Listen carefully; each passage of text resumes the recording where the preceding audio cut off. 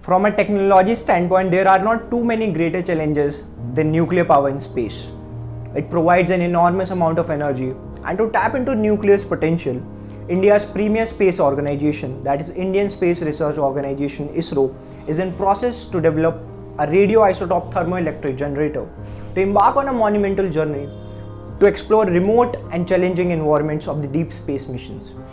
ISRO's leading center for the design and development of all satellite, Rao Satellite Centre, has proposed a three-phase development of 100 watt of radioisotope thermoelectric generator. The center envisions the use of RTG technology for the power generation and thermal management of ISRO's deep space missions. Further, ISRO plans to set up a space center along with various missions in the pipeline, such as the first human spaceflight mission Gaganyaan, India's first attempt of solar observatory mission Aditya L-1, Mangalyaan 2 to Mars, Chandrayaan 3 as a reattempt to land on the moon, amongst others. The RTG technology will come in handy in these deep space missions.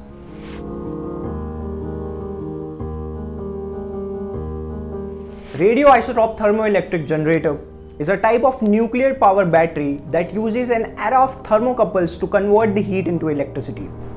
The generator are governed by the Seebeck effect, and it generally has no movable parts. Seebeck effect is a phenomenon in which a temperature difference between two dissimilar electronic conductor or semi-electric conductors produces an electromotive force, in simple word, that is electricity. RTGs are highly reliable and maintenance free because there are not movable parts in thermocouples, which reduces the chance of failure and wear out.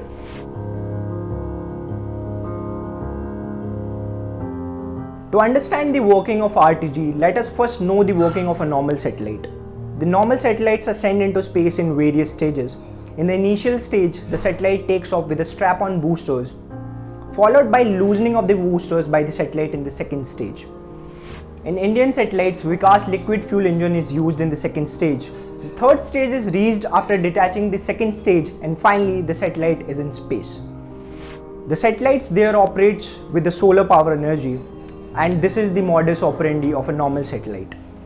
In normal satellite, the use of heavy carriers for energy generation makes it heavy and hence bulky. On the other hand, RTG systems use thermocouples and natural decay of radioactive isotopes into electrical energy, which makes it less bulky. RTG systems are more fuel efficient than normal satellite systems, as they are lighter than chemical rockets, and thus they can travel faster and further. Notably, since RTGs do not work on solar power, they do not rely on the sun. It provides the thrust from its own energy to the satellites to function on the darker sides of the planet, and that is the biggest plus. On the similar lines, ISRO's former chairman A.S. Kiran Kumar called RTG futuristic, which is an unmatched alternative to the solar power. Solar power is not an option for space objects meant to operate on a dark side of the planet where sunlight is obscured. Its intensity is inversely proportional to the square of the distance between the celestial body and the sun. Hence, space objects sent to far-off mission required an alternative source of energy like RTGs.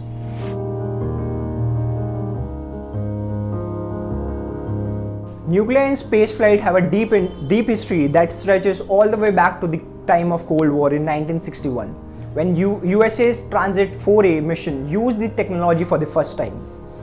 The erstwhile Soviet Union had also launched 24 nuclear power space objects. However, the budget constraints, the development of alternative source of energy, and the possibility of escalation of the Cold War led to the curtailment of the nuclear propulsion projects.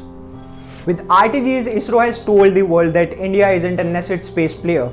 Instead, it aims to take humans deeper into space with nuclear energy. So this is it in today's section. Thanks for watching.